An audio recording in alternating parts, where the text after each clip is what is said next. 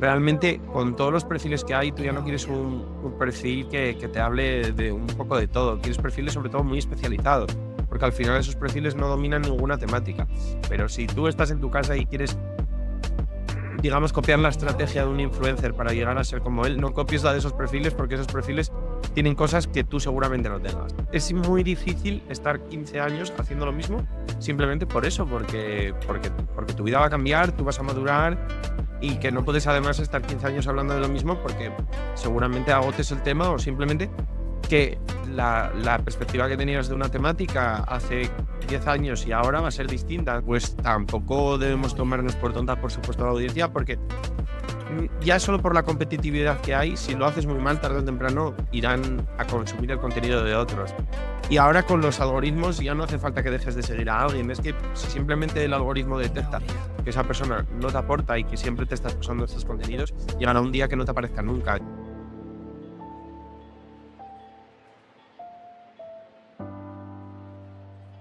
En Aurea. El día de hoy hablaremos acerca del rubro de marketing de influencers, que según Statista, solo en el 2023 creció entre 4.000 millones de dólares estadounidenses. Pero en este rubro no solo están los influencers que reciben el dinero, sino también están los emprendedores o empresas que están dispuestos a pagar esta cantidad de dinero. El día de hoy hablaremos con Iván Blanco, quien tiene experiencia en el marketing de influencers y seguramente nos va a revelar uno o dos de sus secretos que tiene o de las experiencias que ha ganado también. Bienvenido, Iván. Muchas gracias. Me alegro de la invitación y espero aportar todo lo que pueda. Claro que sí, seguramente va a ser muy, muy instructivo. Iván, quiero que empecemos por conocerlo a usted, que mi audiencia lo conozca. ¿Cómo empezó todo esto del marketing de influencers? Pues bueno, yo quería empezar a crear contenido, sobre todo para potenciar mi marca personal, y me daba la sensación de que pese a que se escribe mucho sobre marketing en todas las plataformas, hay muchísimos podcasts, se escribe muchísimo en LinkedIn y en, bueno, básicamente todas las redes sociales. Sin embargo, me daba la sensación de que había un pequeño hueco que era el marketing de influencers, que no había podcast, había muy poco contenido y a la vez quizás era una de las patas del marketing que había más margen de mejora, pese a que era una pata ya muy fuerte, pues creo que al final es como de las más recientes. Al final se lleva creando contenido mucho tiempo, el email marketing lleva también mucho tiempo, el paid.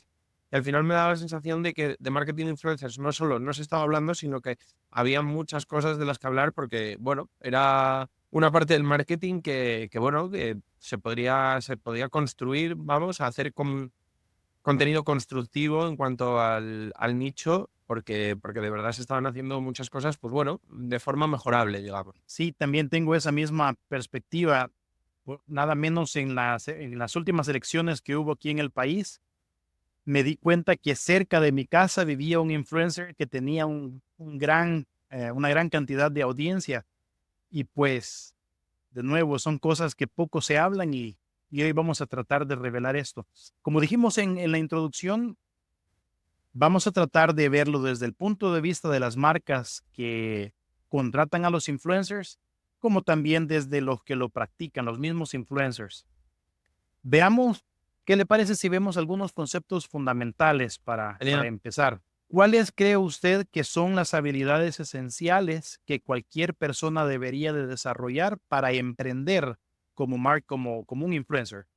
Pues, hombre, lo primero yo creo que es dominar alguna temática. Creo que lo que cada vez es más difícil es pretender ser influencer sin hablar de nada en concreto, sin tener nada que aportar en concreto. ¿Por qué? Porque creo que es el nicho de influencers más masificado, es decir, es del que más hay, y muchas veces incluso depende de, pues igual de cosas que o se tienen o no se tienen. Por ejemplo, yo que sé, muchas de los perfiles femeninos, por ejemplo, que destacan en lo que llamaríamos lifestyle, que es como cuando no hablas de nada en concreto, pues normalmente es porque son chicas guapas. También, pues yo qué sé, porque tienen un sentido del humor, por cosas así como muy difíciles que se tienen o no se tienen. Entonces, lo primero, si quieres tú de forma proactiva llegar ahí, pues es mejor que domines una temática y a partir de ahí, pues que tengas, sobre todo, yo creo, buenas habilidades comunicativas, porque al final, si quieres hablar de una temática, lo importante es que la forma de que cómo lo transmitas sea tanto entretenida para tu audiencia como que estés aportándoles algo. Entonces yo creo que es eso, es tener clara tu temática, dominar algo, que dominarlo no significa tampoco ser doctor en la temática, solo significa pues ir 2 pasos por delante del que solo lleva uno y al final ya le estás aportando a ese y tener habilidades comunicativas. Y luego, por supuesto, que te guste el mundo de las redes sociales y que no tengas problema en exponerte, porque al final vas a estar muy expuesto y si tú tienes problemas de vergüenza, de inseguridades, de que no te gusta que te critiquen, no va a ser tu lugar y vas a durar muy poco. Entonces yo creo que eso sería básicamente lo primero que tienes que comprobar antes de empezar. No voy a dejar de pasar esto porque siento que es muy importante lo que usted ha mencionado. Usted habló acerca de las influencers femeninas Sí, que tienden a tener cierto auge o cierta acogida por las audiencias por su bonita apariencia. Me recordó de un influencer mexicano, no sé si usted lo conoce, se llama Luisito Comunica, sí, sí, es muy conocido, yo creo, en cualquier lado. en cualquier lado, ¿verdad? De él lo que me recordó es que él empezó como un influencer de moda también. Y antes de hacer su pivot o hacer de reajustar su camino, él se dio cuenta que todos los influencers que están ahí por su apariencia tienden a tener su decadencia, Ya. por una falta de mejor palabra. Pero usted mencionó que tendría que entonces mejor tener algo de qué hablar. ¿Podríamos hablar un poquito más acerca de esto? Sí, incluso para aclararte un poco sobre esto, creo que, por ejemplo, en moda, yo sí que conozco perfiles que pues es simplemente porque les gusta la moda de forma genuina, aportan valor, te hablan de diseñadores, tienen creatividad para los outfits y no dependen tanto de la parte más de la belleza. Pero sin embargo, en España, por ejemplo, al tipo de perfiles que te menciono se suele denominar perfiles lifestyle, que son las que básicamente los perfiles que hoy te hablan de un restaurante, mañana de ropa y pasado de un viaje, es decir, que hablan un poco de todo. Y esos perfiles que hablan un poco de todo al final normalmente son perfiles que llegaron por eso, por su belleza, porque realmente con todos los perfiles que hay, tú ya no quieres un perfil que te hable de un poco de todo, quieres perfiles sobre todo muy especializados, porque al final esos perfiles no dominan ninguna temática.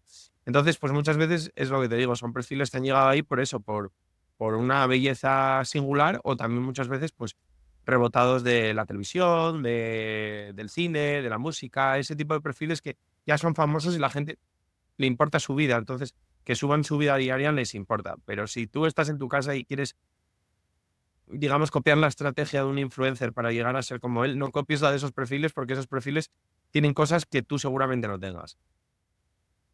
Y pues yo creo que no es que se les desee que les vaya mal, ¿verdad? No, no. Porque definitivamente son parte del sistema, del ecosistema del marketing de influencers y mueven grandes masas. Pero creo que eso nos da ventajas a usted y a mí, Claro. ¿verdad? Que no somos tan guapos, ¿verdad? Como para poder desfilar en esas plataformas, por decirlo así, por el hecho que podemos escoger temas de qué hablar. Sí, Si queremos emprender, podemos nosotros entonces comenzar a crear audiencia basado en una marca personal. Yo tengo una pregunta adicional o de seguimiento acerca de la marca personal. ¿Cómo definiría usted una estrategia de marca personal sólida como influencer? pues sobre todo creo que es importante, si hablamos de que sea una estrategia que dure en el tiempo, que llegues, vamos a tener un recorrido, creo que una de las cosas más importantes es mantener tu credibilidad. Muchos influencers, bueno, empiezan a tener un mínimo éxito, les empiezan a llegar colaboraciones y poco a poco van perdiendo su credibilidad o saturando su audiencia con un exceso de publicidad y poco a poco pierdes ese nexo que te une a tu comunidad porque, bueno, al final te alejas un poco de ellos. Entonces creo que es muy importante mantener esa credibilidad evidentemente tú tienes que vivir de ello, tienes que monetizarlo.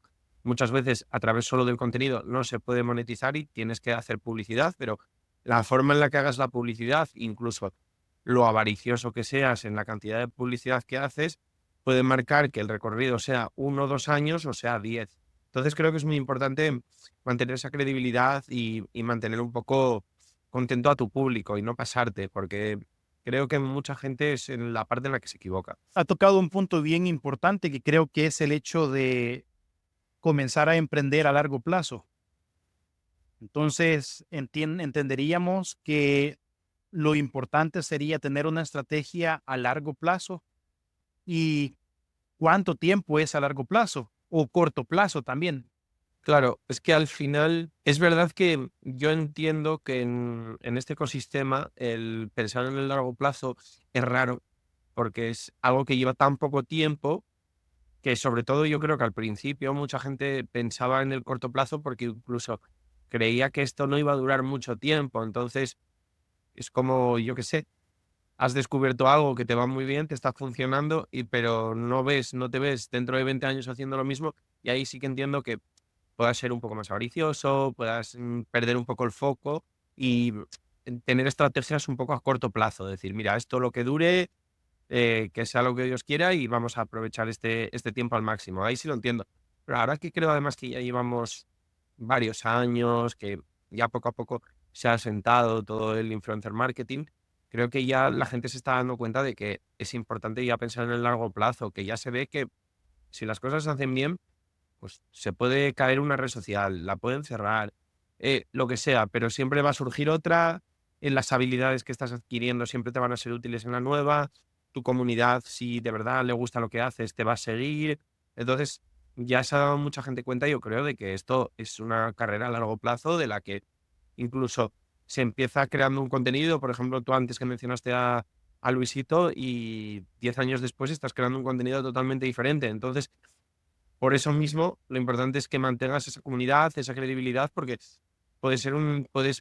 tú puedes decir, yo ahora estoy creando un contenido, yo qué sé, tengo 17 años y creo contenido de videojuegos, pero yo no me veo con 35 siendo padre creando este tipo de contenido. Bueno, pero yo conozco muchos influencers gamers que 10 años después hablan de negocios, por ejemplo, porque su vida ha cambiado y ya no juegan tanto a videojuegos, pero sin embargo sí que tienen mucho que transmitir sobre negocios porque llevan toda la vida pues ganando mucho dinero y teniendo que invertir ese dinero, utilizarlo de la mejor manera posible, etcétera, etcétera. Entonces, al final estamos viendo que ya hay un largo plazo.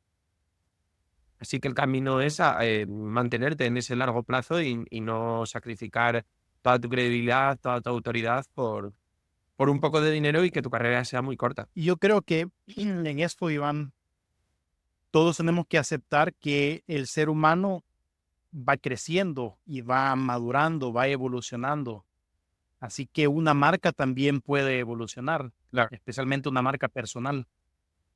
Una de las cosas que quiero resaltar con respecto a la longevidad, más bien a lo cuánto tiempo uno va a tratar de hacer que esto funcione, es el hecho que las repeticiones cuentan. Las repeticiones crean información para poder tener feedback y ver en qué mejorar, qué funciona y qué es lo que no funciona y así hacer el cambio. ¿Qué opina usted acerca de esto? Claro, y no. Además, estoy totalmente de acuerdo con lo que dices y además es que estábamos hablando también de lo que te mencionaba antes, que al final, como es una carrera profesional en la que muchas veces empiezas a temprana edad, pues es que tú mismo vas madurando, tu vida va cambiando. Incluso, pongamos un ejemplo, yo he visto en LinkedIn mismamente, hay muchos perfiles que han empezado a escribir cuando estaban acabando la universidad. Luego han empezado a seguir, bueno, han seguido escribiendo cuando han empezado en su primer trabajo. Entonces, si miráramos esa trayectoria, está claro que dentro de 15 años no van a escribir de lo mismo, porque habrán pasado muchas cosas en su vida. Entonces, al final es eso, es el desarrollo de una vida que al final va ligada a tu marca y la marca simplemente pues se va desarrollando a lo largo de tu vida. Entonces, es muy difícil estar 15 años haciendo lo mismo simplemente por eso, porque tu vida va a cambiar, tú vas a madurar y que no puedes además estar 15 años hablando de lo mismo porque seguramente agotes el tema o simplemente que la perspectiva que tenías de una temática hace 10 años y ahora va a ser distinta. Entonces, simplemente por eso, pues vas a ir poco a poco moviéndote. Y además, porque bueno, todo el mundo siempre tiene ese pequeño toque creativo de que no quieres siempre hacer lo mismo, siempre quieres como ir mejorándolo, vas pivotando un poco, vas cambiando cosas y al final, pues poco a poco esos ligeros cambios, si ves una trayectoria a largo plazo, verás que el cambio es muy grande. Al final, la mayoría de las marcas personales más grandes que conocemos, si miramos lo que hacían en sus inicios y lo que hacen ahora, la mayoría no tienen nada que ver totalmente. Ha habido un cambio y uno tiene que estar dispuesto a aceptar ese cambio si quiere emprender como influencer. Ahora, conozcámoslo un poquito más desde, eh, tal vez usted ha tenido colaboraciones con marcas que nos pueda comentar. Vamos a hablar un poco acerca de las negociaciones, si tiene algún consejo para nosotros. Pero empecemos por su experiencia. ¿Ha tenido alguna experiencia como colaboraciones con marcas? Yo las colaboraciones que he tenido con marcas, sobre todo desde esta parte de mi marca más profesional, siempre he intentado que sean colaboraciones con sentido, es decir, que nunca le he encontrado una forma de transmitir algo. A mí me gustó mucho una frase de MrBeast que él decía que la publicidad tenía que ser contenido para tu audiencia. Es decir, que tú tengas que hacer una publicidad no significa que tu audiencia se tenga que comer un pitch de la marca, sino que tú puedes a través de esa colaboración generarle contenido a tu audiencia. Entonces, básicamente bajo este criterio siempre he intentado que las colaboraciones que haya hecho a lo largo del tiempo tengan que ver con el marketing de influencers, con el marketing, con las redes sociales, para así poder transmitir valor a la vez que hago la colaboración. Entonces, normalmente han sido softwares, herramientas, plataformas que están dentro del ecosistema. Y a partir de ahí siempre he intentado que sean contenidos lo más genuinos posibles. Es decir, si yo voy a hablar de una herramienta, pues que sea una herramienta que yo estoy utilizando y que no la menciono, que es una cosa que tampoco nunca me gustó de todo el ecosistema del influencer marketing. A mí no me convencen mucho las publicidades one shot, digamos, que al final a mí, porque me digas, vamos a poner un influencer lifestyle y me digas, siempre bebo esto, me encanta esta bebida y nunca más te veo a beber esa bebida, pues sinceramente es que es poco creíble. Entonces, si me dices esto, que yo vea que cada poco tiempo hablas de esa bebida, porque que vea que esté integrada en tu vida. Igual, literalmente puede ser verdad de que no la bebes todos los días ni te gusta, pero por lo menos trata de hacer algo un poco que sea un poco creíble. Evidentemente, si veo que solo sale una vez, ya sé 100% que no te gusta. Si cada mes subes un post o una historia o lo que sea, bebiendo esa bebida, pues igual digo, pues sí que parece que puede que le guste, aunque luego no, pero por lo menos tratar de que sea algo recurrente y un poco alargado en el tiempo, porque creo que es la forma en la que tu audiencia le transmites eso. Y entonces siempre he intentado cuando alguien se me acerca decirle, yo no voy a colaborar con mi podcast ni con mis redes sociales para un episodio, ni para una publicación. Si quieres, hacemos algo a largo plazo en el que me dé tiempo a desarrollar un poco algo un poco más complejo, ir hablando poco a poco de ello, no intentar soltar todo en el primer tiro y que transmitir un poco de confianza a tu audiencia. Entonces yo creo que ha sido un poco en las negociaciones los límites o las líneas rojas que he puesto. ¿Quiere decir esto entonces que todas las negociaciones o colaboraciones que usted ha aceptado o a que ha tenido interés están alineadas con el rubro con el que usted eligió? Sí, sí, eso me parece súper básico. Sí que puedo llegar a entender cómo a veces se pueden hacer, ¿cómo podemos llamarlo? Crossovers. Que dices tú, esto parece que no tiene nada que ver con el creador que habla de esto, pero sí puedes hacer un alineamiento de alguna forma, siendo creativo en el que encaja todo. Pero tiene que ser así. O sea, lo que digo, tiene que ser por ejemplo, el otro día escuchaba a a un creador de contenido aquí de España que él habla de música y hizo una colaboración con la marca de coches de Ford. Y claro, dices tú, si él habla de música, ¿qué tiene que ver una colaboración con una marca de coches? Pues lo que hizo fue desmontar todo el sistema de sonido del coche, los altavoces y todo, y mostrar esa parte.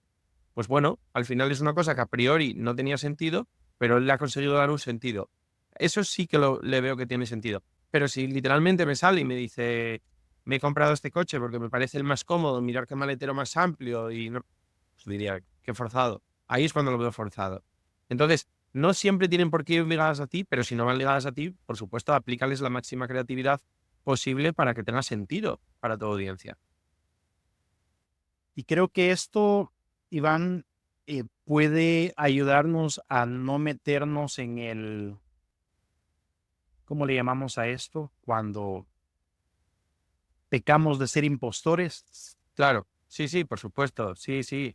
Al final, si la publicidad que haces es digamos, el mensaje súper publicitario, son productos que ni te interesan, etcétera, etcétera, pues es que sí, estás impostando totalmente lo que haces y es lo que comentábamos al principio. Es que eso, una vez, dos, tres, puede que te lo pase la audiencia, pero eso tarde o temprano se te va a volver en contra, porque la gente, pues hoy le gustas y mañana ya no. Entonces todo esto son clavos claros que te estás poniendo en tu propio ataúd. La gente es inteligente, ¿verdad? Se va a dar cuenta. No, Pues, no es boba la no, audiencia. los usuarios de redes sociales no seamos lo consecuentes que deberíamos ser y que se tiene más paciencia de la normal y no utilizamos a veces el botón del dejar de seguir de la forma en lo que lo deberíamos hacer, porque, por ejemplo, escándalos como el de Chiara Ferragni en Italia, pues debería haber perdido pues, el 80% de su audiencia fácilmente y al final pues igual perdió un 5%. Pero sí que es verdad que pese a esto, pues tampoco debemos tomarnos por tonta, por supuesto, a la audiencia, porque ya solo por la competitividad que hay, si lo haces muy mal, tarde o temprano irán a consumir el contenido de otros. Y ahora con los algoritmos ya no hace falta que dejes de seguir a alguien. Es que si simplemente el algoritmo detecta que esa persona no te aporta y que siempre te estás pasando estos contenidos, llegará un día que no te aparezca nunca. Entonces, al final da igual que sigas o no sigas, que fácilmente alguien puede desaparecer. Estaba recordando que esta mañana el post de LinkedIn en su perfil habló acerca de Hacienda. Ah, sí, Muy interesante porque me puse a pensar, bueno, dentro de lo que usted mencionaba es que algunos influencers no reportaban cuánto realmente tenían, porque algunos lo hacían sin factura, algunos recibían solo cash. Quiero saber cuál es su pensamiento hablando de las colaboraciones con marcas. ¿Cómo pudiera esta práctica de no reportar al gobierno impactar el marketing de influencers en el futuro? es verdad que eh, mm, creo que eso, alguna vez que he hablado con Mercado de LATAM, creo que ocurre más allí que aquí. Es verdad que aquí se hacen pocas colaboraciones en cash, porque al final a la marca no le interesa, porque le exige tener una caja B y la mayoría de marcas pues no tienen una caja B para este tipo de cosas. Y bueno, además hace la colaboración bastante, bueno, gris, porque ninguna de las dos marcas puede tener un contrato, o sea, ninguna de las dos partes puede tener un contrato y al final todas se encuentran demasiado expuestas y al final no sale rentable. Lo que pasa es que los perfiles, evidentemente, siempre van a intentar buscar sus argucias de todo tipo legales, pues bueno, para pagar el mínimo de impuestos. Y en España, pues se han hecho muchísimas cosas. Ha habido creatividad a todos los límites. Desde perfiles que se han ido a Andorra, que está aquí al lado, simplemente porque se pagan menos impuestos, hasta, bueno, pues eso, crear sociedades, intentar declarar pues, todo tipo de cosas como gastos. Bueno, ahí pues yo siempre digo lo mismo. Al final creo que evidentemente tú, por ejemplo, los perfiles que se han ido a Andorra, pues bueno, su comunidad decidirá si le apoya esto, si no, si está de acuerdo y si no, y puede elegir si que seguir consumiendo su contenido o si no. Creo que ahí ellos, si han sido sinceros y además lo han dicho que lo han hecho, pues creo que ahí cada audiencia decide. Pero, por ejemplo, ya en el caso de otro tipo de formas de evadir fiscalmente, pues bueno, han de recibir el mismo trato que recibiría pues cualquier otro profesional que haga este tipo de prácticas. Al final, pues son un oficio más y tienen que tener pues las mismas consecuencias. Iván, ¿y por qué esto es tan relevante de no reportar los impuestos a Hacienda en el marketing de influencers? Bueno, es que yo creo que es relevante en todos los sectores, es decir, por lo menos en España. Obvio, no quiero decir que yo no lo recomiende, ¿verdad? Pero solamente para que la audiencia, los que nos están escuchando, entiendan por qué es tan importante aún hacerlo en este rubro de marketing de Pues es influencers. un poco lo que te digo, creo que en España es algo que está muy extendido en todos los sectores y pues, los influencers como un sector más, pues caen en las mismas malas prácticas que caería cualquier otro sector y bueno, pues se les ha pillado algunas veces haciendo algunas malas prácticas. Tampoco creo que esté más extendido esto precisamente que en otros sectores. Creo que al final forma parte un poco, por lo menos en España, bueno, de lo que ocurre, pues tanto en un fontanero como.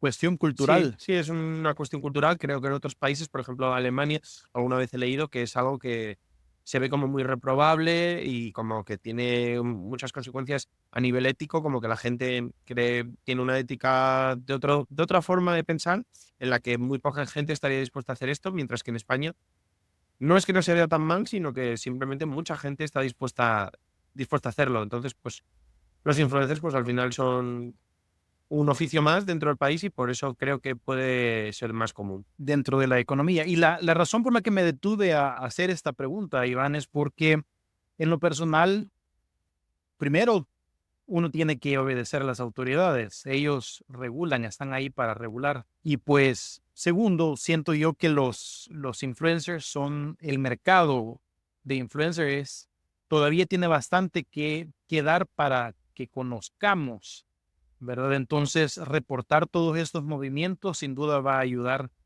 Y tercero, esperaría yo que los gobiernos también no se pusieran a chuparle la sangre a estas personas porque también están buscando la manera en cómo ganarse la vida. Sí, correcto. Al final, bueno, en España sí que hay diferentes corrientes de opinión en cuanto a esto, que se cree por algunas corrientes que pagamos demasiados impuestos, por otras se cree que no pagamos, bueno, que pagamos los justos, incluso menos de los justos, sobre todo las personas de altas rentas.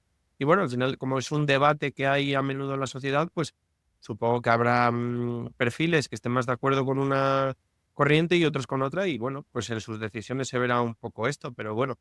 Es un tema bastante complejo, precisamente es en España el de si se pagan los suficientes impuestos, si se pagan muchos, es un tema bastante recurrente. Bueno, vamos a hablar entonces acerca de los que quieren contratar a los influencers. Vamos a hablar acerca de lo que ellos deberían de buscar.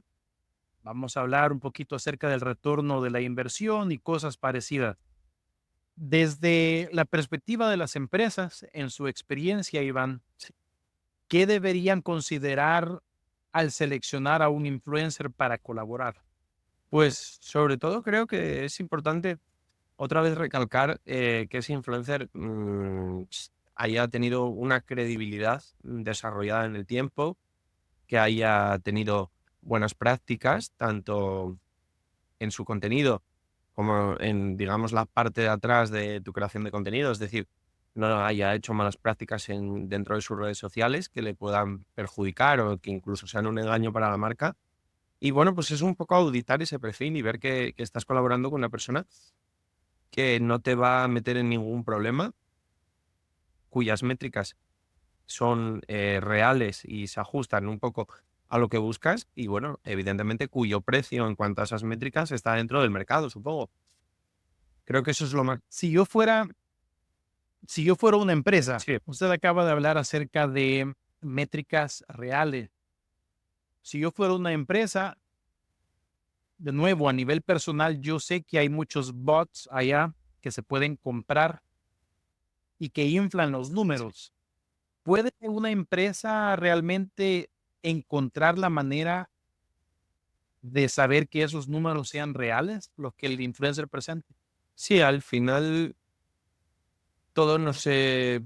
Podemos decir que todo no se puede llegar a comprar, entonces tú puedes llegar a comprar seguidores, likes, visualizaciones, pero al final, por ejemplo, puedes comprar comentarios, pero ¿qué nivel de comentarios? Entonces, al final se trata de hacer, es verdad que te requiere un sobreesfuerzo, pero al final si te vas a gastar una cantidad importante de dinero en un influencer, pues te puedes fijar en los comentarios, en qué tipo de comentarios le hacen, qué tipo de personas comentan, porque, por ejemplo, una cosa muy típica es que alguien suba una foto, yo qué sé, estrenando un vestido con una colaboración con una marca y todos los comentarios sean qué guapa, qué guapa, qué guapa, qué guapa. Nadie pregunta por el vestido, nadie pregunta por la marca, nadie pregunta por absolutamente nada. Entonces, ves un poco como que pueden ser comentarios que hay mucho de apoyos entre comunidades de apoyo entre creadores y al final todos se comentan lo mismo, pueden ser comentarios que se han comprado, tendrías que ir mirando un poco todas las cuentas que han comentado y ver si son perfiles reales, tiene sentido. Requiere, lo que te digo, ese sobreesfuerzo en analizar bien el perfil, pero al final si te vas a gastar una cantidad importante de dinero, te interesa auditar ese perfil y mirar un poco de verdad qué hay detrás, porque al final de eso depende la campaña. Si te equivocas en la elección de perfiles, la campaña no va a salir y eso es parte de tu responsabilidad. Estoy muy de acuerdo. Por ejemplo, otra manera de hacerlo, algunos se van bastante por la cantidad de impresiones o vistas que ha tenido un video, por ejemplo, pero el video solamente tenga 2 likes, Correcto. a comparación de 20,000 vistas, ¿verdad? Entonces sí, hay cierto trabajo manual y creo que desde el lado del creador de contenido está el hecho de ser un poquito más inteligente, de no inflar sus números, tal vez también tener un poco de prudencia en cuanto a la cantidad de información que se crea Correcto. mediante inteligencia artificial, por ejemplo. Todas Igual, esas cosas llevan a números bien, bien vanos. sí, al final depende un poco todo de la profesionalización del sector. Es decir, si tú tienes a alguien gestionando las redes sociales que no está especializado en toda la parte de influencer marketing, pues seguramente mire los números como miraría los números pues si de la propia marca y ve alcance o hay, ve buenas visualizaciones de los vídeos, no sé, mira los comentarios de pasada, no tiene ese olfato porque no está trabajando normalmente en esa parte. Ese olfato al final se desarrolla cuando estás muy especializado en influencer marketing. Entonces muchas veces ocurre eso, que simplemente en las empresas se gasta mucho dinero en influencer marketing pero no se gasta dinero en que la persona que lleve el influencer marketing sea una persona muy profesionalizada dentro del sector, sino que es una persona con poca experiencia o que desarrolla otras actividades o que incluso desarrolla demasiado trabajo con lo que no puede dedicarle el tiempo suficiente a esa parte. Entonces, es, es cuando caemos en una parte muy estúpida que es te vas a gastar un montón de dinero en esto, pero ahorras en la persona que lo va a hacer, ya sea porque le das más trabajo del que puede hacer en esas horas o porque no está lo suficientemente especializada en esa labor. Entonces, al final es como tirar el dinero por intentar ahorrar en un detalle tonto porque al final el dinero te lo vas a gastar igual. Igual gástate un poco menos en la parte de influencers, pero gástatela en el equipo para que la campaña salga lo más profesional posible. Porque eso que tú me has comentado ahora, nosotros lo vemos muy claro, pero sé que mucha gente dentro del sector no tiene ese olfato simplemente porque no ha trabajado tanto tiempo en eso o simplemente porque no tiene tiempo de ir auditando perfil por perfil porque tiene mucho trabajo encima. Sí, es algún tipo de falta de experiencia lo que los lleva a hacer eso. Ya nos metimos un poquito a la siguiente pregunta, así que voy a aprovechar a tocar esa parte y que tiene que ver con el retorno sobre la inversión. Ya mencionó que hay que invertir más o que hay que pensar más bien antes de meter todo el dinero en el influencer y tal vez dividirlo un poco, una sección para el influencer y otra para el equipo de la empresa. ¿Habrá alguna otra manera, ya sea de medir o de administrar mejor la inversión que se haga desde la perspectiva de las empresas que invierten? Yo creo que básicamente es el mejor resumen es ese. Las empresas, el problema que tienen muchas es que van un poco arrastradas por la corriente. Entonces, hace 10 años, pues no era consensuado, pero ahora, como tú dijiste antes al empezar el podcast con los datos, todo el mundo sabe que el marketing de influencers funciona, está incluso de un poco de moda, las mejores empresas lo utilizan. Entonces, todo el resto de empresas se quieren subir al carro. El problema de cuando te quieres subir a ese carro es que muchas veces, pues, o sea, te subes al carro sin tener el equipo preparado, sin tener las estrategias perfectamente desarrolladas. Entonces, te subes al carro, lo haces mal por no tener una estrategia clara y al final incluso puedes acabar saliendo de decir, mira, yo no gasto dinero en influencers porque los influencers no dan resultados.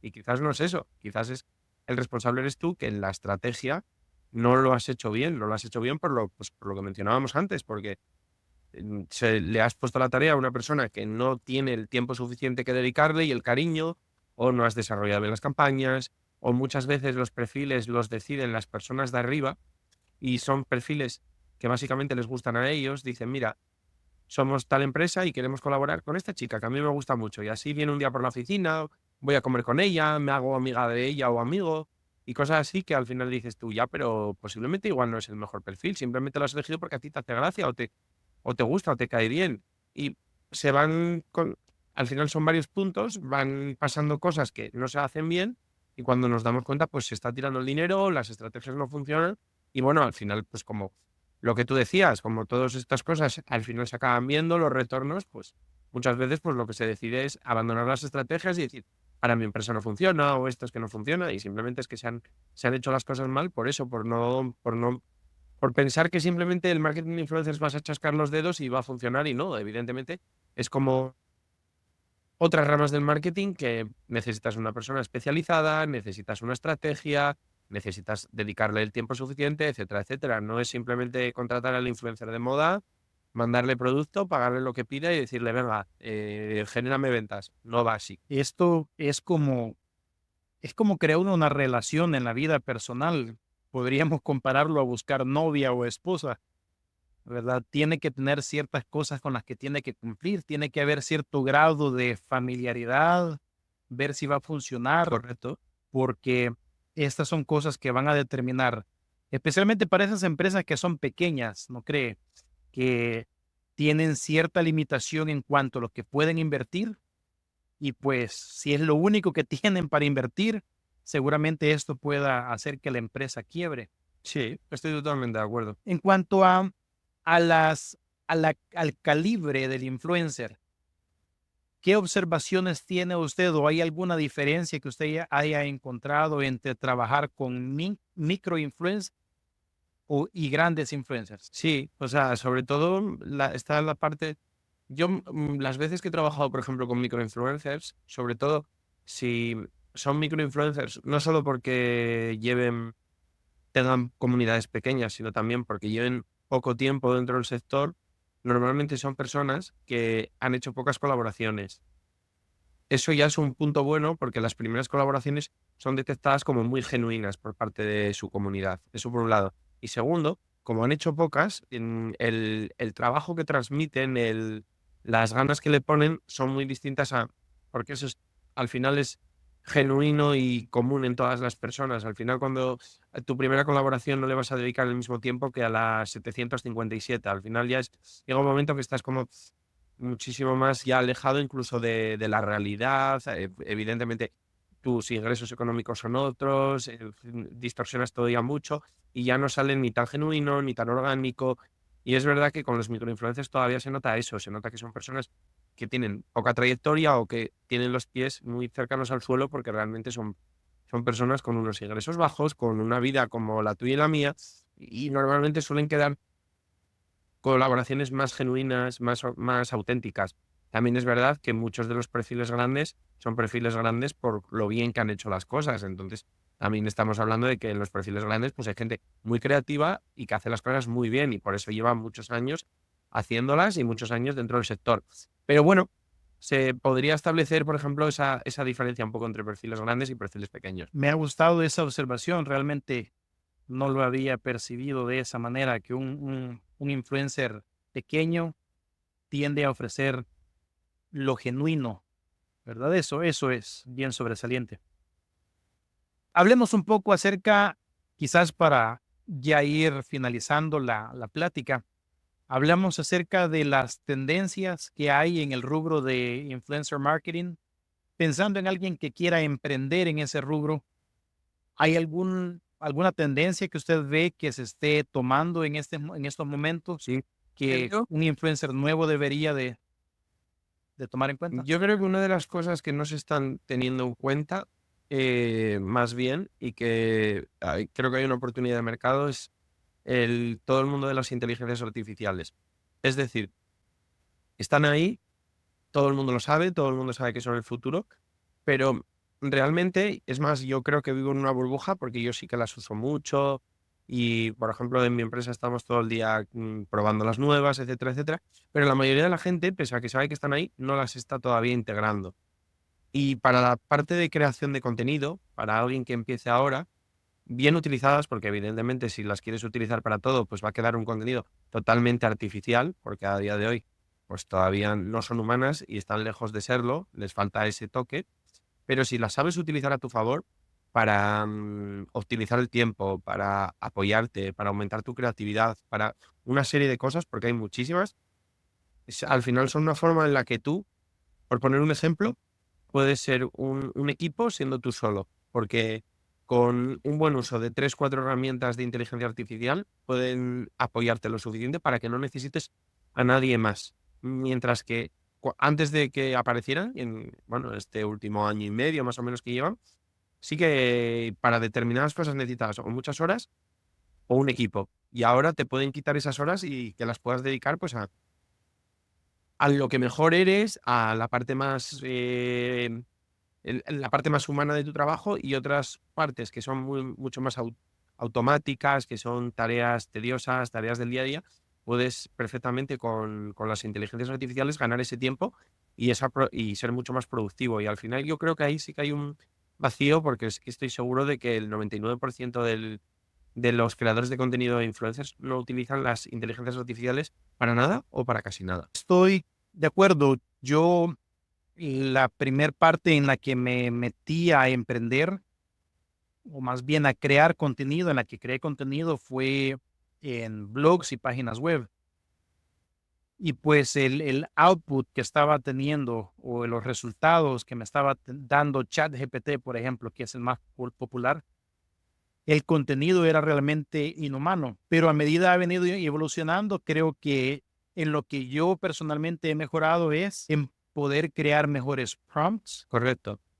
para que el output sea mejor. Estoy totalmente de acuerdo. Y es que al final es eso. O tienes ahí, yo creo que hay las tres corrientes. Las personas que lo están utilizando a su favor y muy bien, que son muy pocas. Personas que lo están utilizando, pero no lo están utilizando bien y se nota y les estará perjudicando seguramente. Y literalmente personas que todavía no lo están utilizando. Y al final, pues solo las primeras, bajo mi criterio, están apostando al caballo ganador. Y es que realmente, si lo sabes utilizar a tu favor, te puede ayudar muchísimo y vamos, es que te hace ganar tiempo, te hace tener mejores resultados, etcétera, etcétera. Lo que pasa que es eso, que al principio estoy seguro de que no lo vas a utilizar bien porque tiene un desarrollo, hay que aprender a utilizarlas, que cuanto primero te subas a ese carro mejor, porque están yendo muy rápido y lo mejor es aprender ahora, como en el día a día, porque dentro de 5 años igual muchas personas ya llegan tarde y dicen, buf, y te abruma un poco. Y bueno, si por supuesto literalmente les has dado la espalda, pues yo creo que te estás pegando un tiro en el pie. Literalmente. Ok, Iván, vamos a reflexionar un poquito, tal vez en su trayectoria, tal vez en las cosas que hemos hablado. Si usted volviera a empezar en esta parte, en este rubro de marketing de influencers, ¿qué haría diferente? Pues yo creo que una de las cosas que todavía a día de hoy no lo veo del todo 100%, pero seguramente tarde o temprano lo piense y me arrepienta, es de no, en vez de haber empezado por un podcast, haber empezado por YouTube. En plan, en vez de que fueran episodios. A mí me gusta mucho el podcast, lo defenderé siempre y me parece un formato increíble y muy cómodo y sobre todo para el contenido que yo creo, porque al final tú puedes estar yendo al trabajo, bueno, caminando por la calle y vas escuchando, te vas formando y no intercede para nada en tu vida, mientras que YouTube a mí me parece que ya necesita un tiempo, ya te tienes que sentar en el sofá o ponerte delante del ordenador. Como me parece una tarea como que implica que tienes menos tiempo de tu día para poder hacerla. Pero por otro lado, sí que creo que en esta carrera entre los podcasts y YouTube, YouTube va a salir ganadora. En YouTube cada vez crece más, cada vez te dan te da muchísimo más alcance y creo que si hubiera apostado por ella desde un principio, pues seguramente a largo plazo los resultados hubieran sido mejores. Y me fastidia porque yo soy muy defensor del podcast, pero creo que ha perdido la batalla con YouTube. Pues le daré mi perspectiva. Yo soy nuevo en cuanto al podcast relativamente, ¿verdad?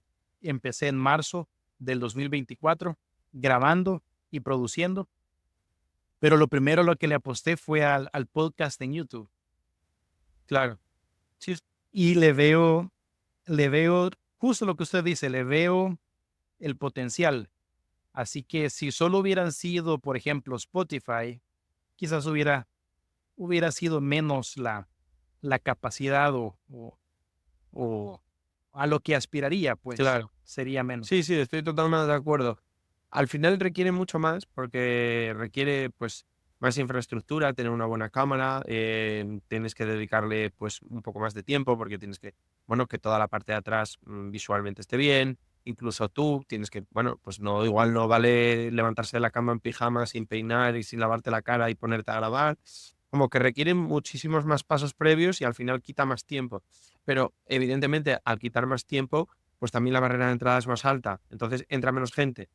Y a la vez es que los algoritmos de recomendación de las plataformas de podcasting y los algoritmos de recomendación de YouTube están a años luz. Entonces, al final, la exposición que te da YouTube, sobre todo si eres constante y empiezas a crear contenido, es mucho mayor.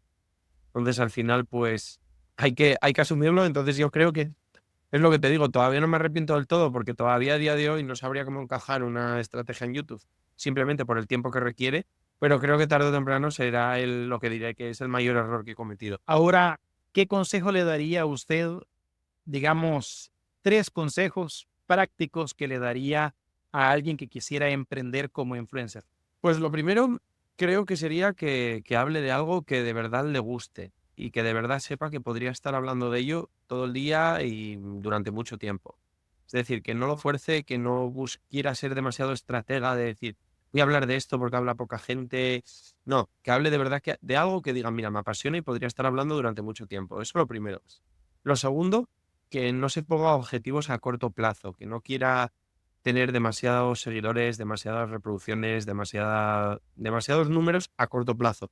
¿Por qué? Porque lo más seguro es que no pase y si está poniendo esos objetivos a corto plazo, lo más seguro es que, digamos, arroje la toalla antes de